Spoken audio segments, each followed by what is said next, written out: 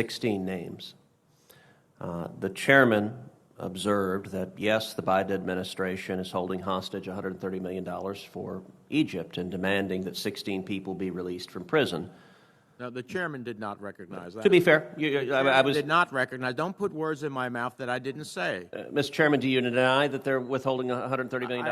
I did do you not deny say that they're withholding $130 million? I don't need to be cross-examined by you. Well, you're cross-examining me. I'm speaking. You're cross-examining me, Mr. Something Chairman. That you misstated. You're interrupting me. You're interrupting me. The chair will not allow. Really?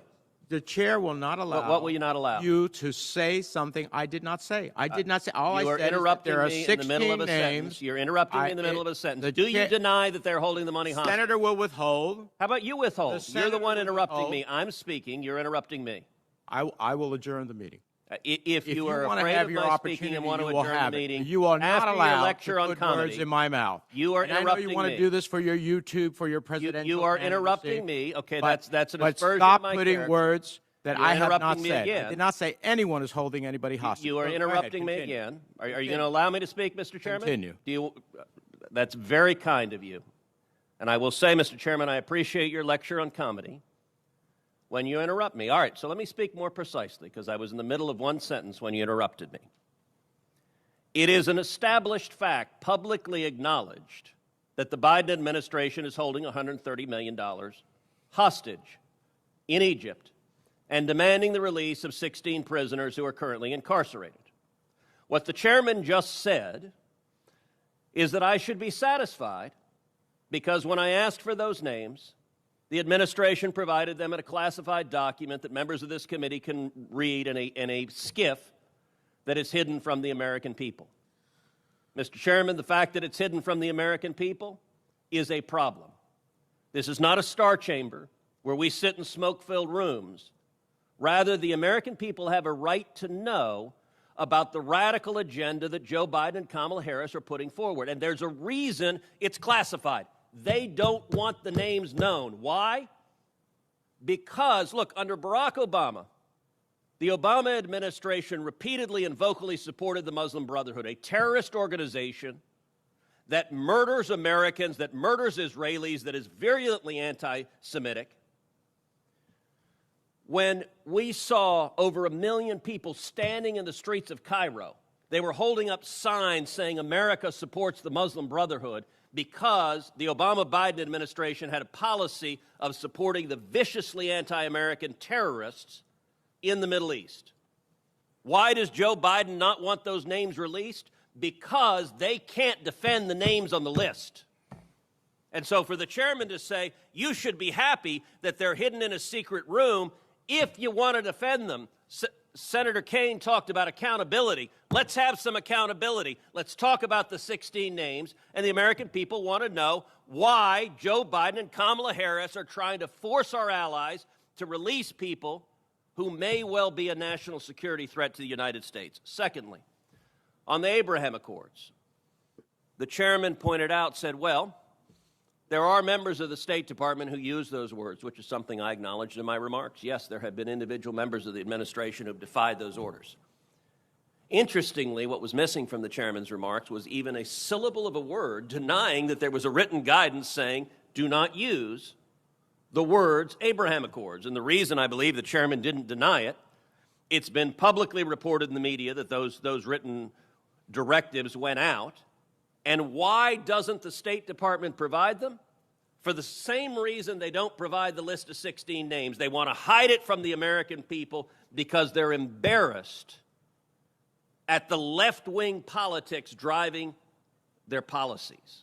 It is pure public relations that they're hiding that directive. They don't want the American people to read it.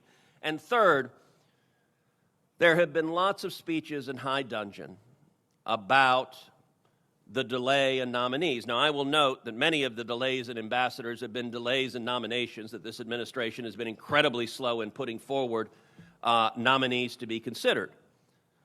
But I don't hide remotely from the fact that I have a hold on State Department nominees, and I have a hold for a specific reason that every member of this committee knows exactly what it is. And it is that Joe Biden and Kamala Harris are defying federal law. They are brazenly and unapologetically defying federal law. to benefit Russia and Putin on Nord Stream 2. And the remarkable thing is, every member of this committee on the Democratic side of the aisle agrees with me on the substance and has said so on the record repeatedly, has voted on the record repeatedly. The members of this committee know the Nord Stream 2 pipeline, if it goes online, will hurt America, it will hurt Europe, and it will enrich Putin and any successor tyrants in Russia for generations to come. That's why we passed bipartisan legislation that Senator Shaheen and I have authored, not once but twice into law. And the Biden administration made what I believe is a generational geopolitical blunder in surrendering to Putin.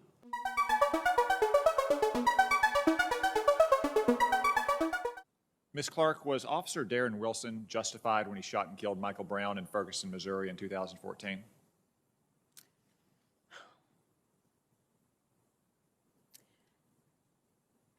So there is a trial underway right now, Senator, and I, like millions of people, am sitting back and watching the trial as it plays out, and I'm prepared to accept the verdict of the jury. In November of 2020, just a few months ago, that was not exactly what you said. You said that on this day, a grand jury chose not to indict Darren Wilson for the killing of Michael Brown. It's a powerful reminder of why we need to make clear that Black Lives Matter. We must demand that the Department of Justice resume pattern practice investigations and expand prosecutions involving police shootings. I would also point out that Eric Holder's Department of Justice in March 2015 conducted an extensive review of Officer Darren Wilson's conduct and concluded that it did not support the filing of criminal charges. They issued an 87-page report that was done under the watch of your fellow nominee, Vanita Gupta, I might add. In fact, there have been 3 separate investigations that have cleared Officer Wilson of wrongdoing. And just last year, however, just last year in June, you sent a letter to Congress in which you described the Michael Brown case as, quote, prosecutorial decisions not to indict police because of impenetrable qualified immunity for police and acquittals based on racism, end quote. Why do you continue, despite all this evidence to the contrary from many of your fellow Democrats, to refuse to take an answer on whether, or take a position on whether Officer Darren Wilson was justified or not in the shooting of Michael Brown? And Senator, if I can, I want to correct my answer. I indicated that there was a trial still going on, which is not the case. So I just want to offer up that correction. I think that in general, there is a need for greater police accountability. There is a bipartisan agreement on this issue. I know that this body did a lot of work last year. Ms. Clark, those are all policy questions, and we'd have that policy debate. But I'm asking you a simple factual question. Was Officer Darren Wilson justified or not in the shooting of Michael Brown in Ferguson, Missouri in 2014? Vanita Gupta has said he was. Eric Holder has said he was. 3 different investigations have said he was. I'm asking you, was he or was he not justified in that shooting? As a private citizen, based on the facts that I know, I'm not privy to the details that the federal government may have been privy to in the course of its investigation. As a private citizen, there is something that feels unfair. And the Department of Justice issued an 87-page report. That's not that's not grand jury sensitive information. That's not secret. It's an 87-page report released by Vanita Gupta when she ran the office that you aspire to lead. It concluded that the shooting was justified. All right.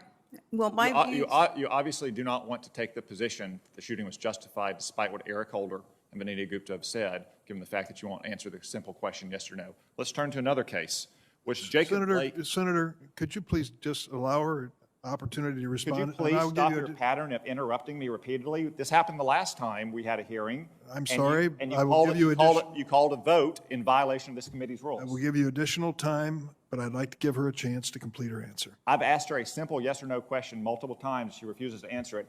Thank you, though, for your input. Let's turn to another case, Jacob Blake.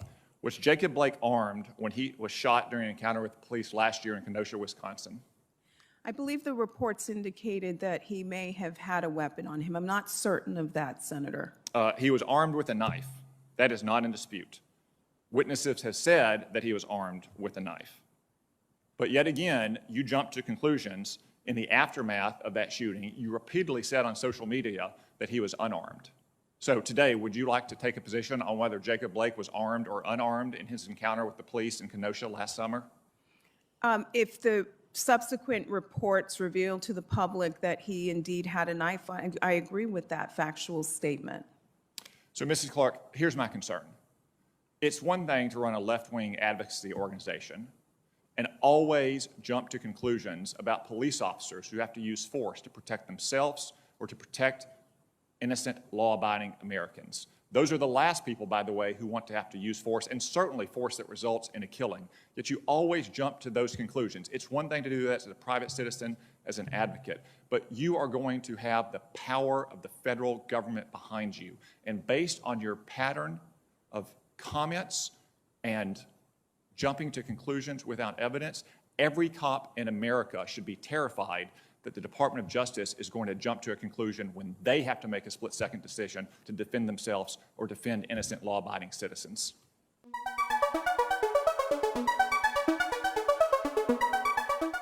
I would never knowingly join any such group.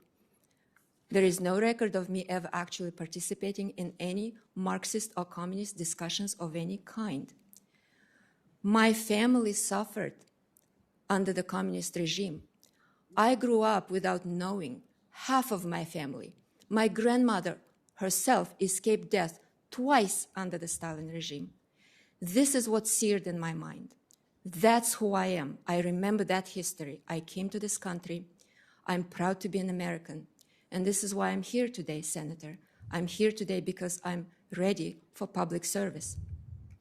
Thank you, Professor. I checked with my staff, Senator Kennedy. I've never interrupted you or they believe anybody. Well, that's not their true, questioning. Mr. Chairman, and I'm entitled to ask my questions. And you were. I didn't interrupt you when you gave your introduction, and I don't like being interrupted when I'm asking my questions. Senator Kennedy, I heard. It's called senatorial coursenatorial. I understand that, and there's also senatorial courtesy. And you may disagree with me. But that's why you have 5 minutes and I have 5 minutes. Senator Kennedy, senatorial courtesy is also not doing character assassination. I heard Senator Scott. Well, that's your opinion. 30 minutes that's ago. Not my opinion. 30 minutes ago, I heard Senator Scott. But I'm entitled to answer questions without you interrupting me. You and I don't agree. I still like you. We're friends. You have the right to your opinion, but I've got the right to mine. And you can't just interrupt me when I'm asking my question. You still got a full five. You still got a full 5 minutes. And you've done Senator it before. Senator Scott just a moment ago said nobody on his side has done any kind of communist insinuation of her character and her background.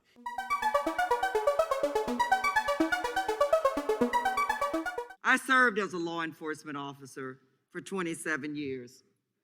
It is a tough job, and good police officers deserve your support. You know, it's interesting to see my colleagues on the other side of the aisle support the police when it is politically convenient to do so. Law enforcement officers risk their lives every day. They deserve better, and the American people deserve. I have the floor, Mr. Jordan. Lady has what, the floor. Did I strike a nerve? Law enforcement officers deserve better than to be utilized as pawns. And you and your colleagues should be ashamed of yourself. The gentlelady will suspend and the clock will be stopped. Mr. Jordan, you don't know what in the heck you're talking about. You know nothing about what law enforcement officers I know about my motive. And you're using them as pawns because it serves ridiculous political. When you give a speech, Mr. Chairman, about motives and questioning motives, and then our motives are questioned, how do we address that? The rules allow a request of words. I have watched them live and die, and you know nothing about that. And to utilize them as political Mr. Chairman, I have a point of inquiry. Ms. Demings has the time, and the clock will resume.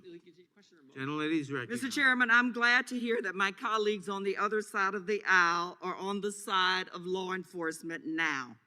Because I don't know where my colleagues on the other side of the aisle have been over the last 4 years, including on January 6th, when police officers who protect us every day were fighting for their lives because of the big lie that was told. And my colleagues on the other side of the aisle were silent. As one person after another person took the microphone and said, go down there and engage in combat, fight like hell. They used the bicycle racks as deadly missiles against the law enforcement officers that you all say you care about so much. And thank you, Mr. Cicilline, because you're absolutely right. The only person who voted to support local governments and pass legislation to support local governments that includes law enforcement were the Democratic members on this side of the aisle.